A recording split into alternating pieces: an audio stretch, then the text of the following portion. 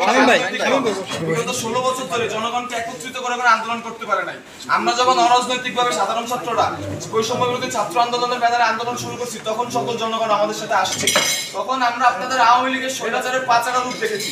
At the same টাইমে এখানে আবু সাইদের নাম নেওয়া নেবে, এখানে মুক্তবের নাম না নেওয়া হয়, এখানে অন্যান্য শহীদদের নাম না নেওয়া হয়। এখানে কিভাবে আপনারা মিটিং শুরু করতে পারেন? এখানে আমরা কোনো দলের টাকার উপরে ভিত্তি করে আন্দোলন করি নাই। এখানে সাধারণ ছাত্ররা প্রতিদিন হেঁটে খেয়ে না খেয়ে কোনো সিঙ্গারা বিস্কুটের লোভে না যেয়ে নিজেদের পায়ের মাথার ঘাম পায়ে ফেলে তারা আন্দোলন করে। এই একটানা 35 দিনেরও বেশি সময় ধরে আন্দোলন করে তারা। আমরা আতঙ্কে পুলিশের উপর করে এই দেশটাকে আমরা ঠিক করতেছি। আমরা যখন দেশ সমস্যা করতেছি অরাজনৈতিক ভাবে, আপনারা তখন রাজনৈতিক দলের নেতাকর্মীদের নিয়ে এখানে কি করতেছেন? আপনারা এই প্রশাসন লেয়াজু ভিত্তিক প্রশাসন, এই প্রশাসন যদি ভবিষ্যতে থাকে, আমরা আশা করতেছি আমরা সাধারণ ছাত্র সমাজ আবার একই ঘটনার সম্মুখীন হব। আবার গুলি চালাতে পারেন। আজকে আগের দিন আপনারা লীগের হয়ে গুলি চালাচ্ছেন, এর পরবর্তীতে আপনারা হয় বিএনপি হয় অন্য কারণে গুলি চালাবেন। ভাই একটু আপনাদের জুনিয়র অফিসাররা কেন স্বতন্ত্র কমিশন চায়? তারা কেন বলতেছে যে আপনারা আমাদেরকে স্বাধীন করুন? কারণ তারা জানে আবার যখন নতুন রাজনৈতিক দল আসবে, আপনারা সেই নতুন রাজনৈতিক দল যদি চাপে পড়ে, তাহলে আপনারা আবার আমাদের বুকে গুলি চালাবেন। আপনারা যে গুলি চালাবেন না, এর গ্যারান্টি কি আমাদের দিবেন? কোনো ছাত্রের উপরে, কোনো জনতার উপরে, নিরাপদ জনতার উপরে, কোনো মিছিলের উপরে যে গুলি চলবে না, মিছিল মিটিং যে স্বাধীনভাবে হবে, এর কোনো গ্যারান্টি আছে? একটা দল মাত্র রক্ত শুকাইতে পারেনি, তার ভিতরে আপনারা সমাবেশ শুরু করছে, আপনারা তাদের সাথে বসা শুরু করে দিচ্ছেন কেন? এগুলো কেন? আপনারা জবাব দিয়ে আমরা বলি, শোনেন আমি বলি, আপনাদের এই খুলনার অনেক প্রশাসন দেখছি। সেদিনকে আওয়ামী লীগের আমাদের যখন জোর করে তুলে নিয়ে যাওয়া হয়েছে, আওয়ামী লীগের অনেক আতিপাতি নেতারা আপনাদের আশপাশ দিয়ে ঘুরছে, আপনারা কোনো প্রতিবাদ করতে পারেন নাই। যেহেতু আপনি পুলিশ কমিশনার সেদিনকে কোনো প্রতিবাদ করতে পারেন নাই সন্ত্রাসীদের বিরুদ্ধে।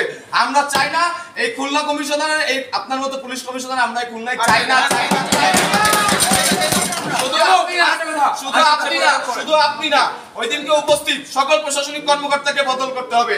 ওই দিনকে উপস্থিত সকল প্রশাসনিক কর্মকর্তাকে হয় বদলি করতে হবে, না হয় তাদের বহিষ্কার করতে হবে। আমরা কোনো লেয়াজু ভিত্তিক প্রশাসন চাই না। আমরা চাই ছাত্র জনতা মিলে একটা সুন্দর প্রশাসন হবে। সেই ছাত্র জনতা যে সরকারকে আনবে সুষ্ঠু উপায়ে, সেই সরকার ক্ষমতা আসবে। এখন আমরা ডক্টর মোহাম্মদ ইউনূসের নেতৃত্বে বাংলাদেশ পরিচালনা করব। এখানে কোনো রাজনৈতিক দলের জন্য আমরা কোনো সুযোগ দেই না। আপনাদের যে জুনিয়র অফিসার আছে তাদের সে একটা বার্তা, আপনাদের যে সিনিয়র অফিসার আছে তারা পদত্যাগ করবে কি করবে না আমরা জানি না, কিন্তু বর্তমান দেশের যে অবস্থা, পুলিশ প্রশাসন রাস্তায় দরকার।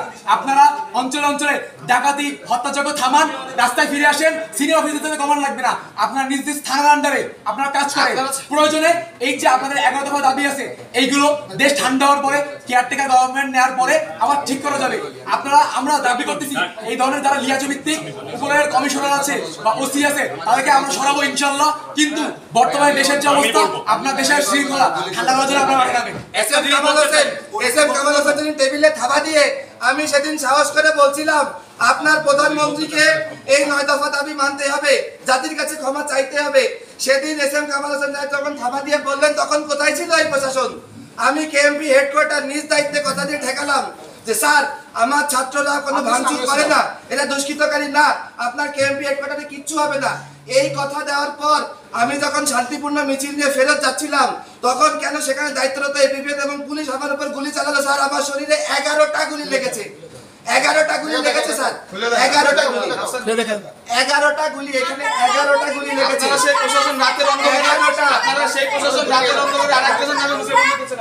11টা গুলি এখন একটা লাস্ট, এই জনগণ কি না না আমার এই লাস্টটাই রাস্তা চুপ থাক।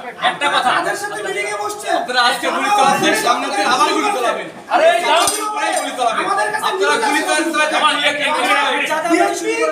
শিবির এরা দখল নিচ্ছে। আরে ভাই কথাটা শেষ করতে দে। একটা ব্যাপার আমরা প্রথমে যেটা বলতে চাই, প্রশাসন আমাদের দরকার। প্রথম কথা, প্রশাসন আমরা চাই, তবে আমরা প্রশাসনের যে নৈতিকতার যে অবক্ষয় দেখেছি, স্পেশালি আমি পুলিশ বাহিনীকে বলবো, তাদের এই নৈতিক অবক্ষয়ের কারণে আজকে পুলিশ প্রশ্নবিদ্ধ, এবং আমরাও এই ক্ষেত্রে ব্যতীত যে আমাদের অনেক পুলিশ মারাও গিয়েছে। বাট তাদের এই নৈতিকতা যদি থাকতো, তাহলে আজকের এই সিচুয়েশন দেখা লাগতো না। তবে আমরা কোনো রাজনৈতিক দলকে এখানে প্রমোট করার জন্য আমরা ছাত্র সমাজ এখানেও আসিনি এবং সারা বাংলাদেশে আছেন আন্দোলন।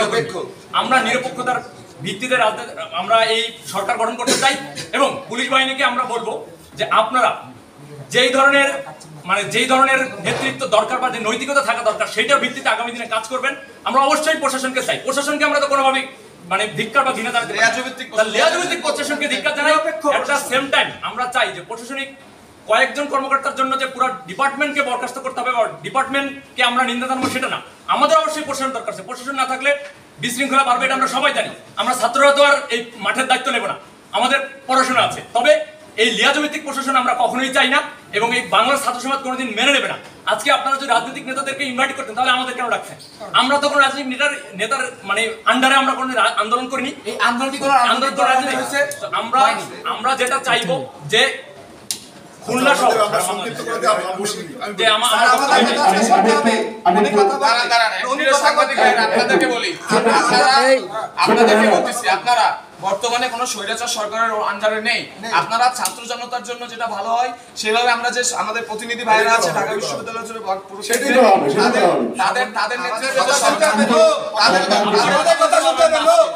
ওরা কথা বলবে, ভাই কথা বলবে। তাদের নেতৃত্বে আজকে রাত 8টায় যে শপথ বাক্য পাঠ করবে ডক্টর মোহাম্মদ ইউনূস, আপনারা তাকে সাপোর্ট দিবেন এবং আপনারা ছাত্র জনতাকে সর্বোচ্চ সহযোগিতা করবেন। এবং এখানে আজকে আমাদের ছাত্র প্রতিনিধিদের কাছ থেকে যতগুলো বক্তব্য এসেছে, কোনো বক্তব্য না কেটে পুরোটা বক্তব্য আপনারা প্রচার করবেন। এটা বাক স্বাধীনতা, বাংলাদেশে আবার আমরা ফেরত আনছি, এই বাক স্বাধীনতা চিরকাল থাকবে। কেউ কথা বলা থেকে চুপ থাকতে পারবে না। আমরা আবার কথা বলবো, আমরা আবার অন্যায়ের বিরুদ্ধে প্রতিবাদ করবো। যদি কোনো রাজনৈতিক দল এরকম কোন এজেন্ডার নামে আমরা ছাত্র জনতা আবার আমরা লাশের মিছিল ছাড়বো না।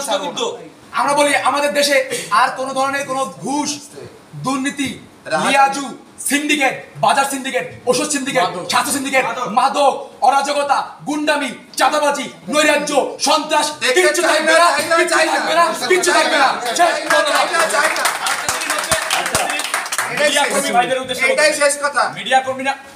মিডিয়া কর্মীদের উদ্দেশ্যে বলতে চাই যে ভাই, আপনারা যারা আমাদের সাথে ছিলেন এই আন্দোলনের শুরু থেকে, এবং আমি মিডিয়া কর্মী অনেকের সাথে কথা হয়েছে, তারাও এতদিন বাক স্বাধীনতা প্রকাশ করতে পারেন নাই। তবে আজকে থেকে না, আন্দোলন যেদিন থেকে সরকার পতন হচ্ছে সেদিন থেকে আপনারা এই স্বাধীনতা প্রকাশ করছেন, আগামী দিনেও করবেন। আপনারাও না হলে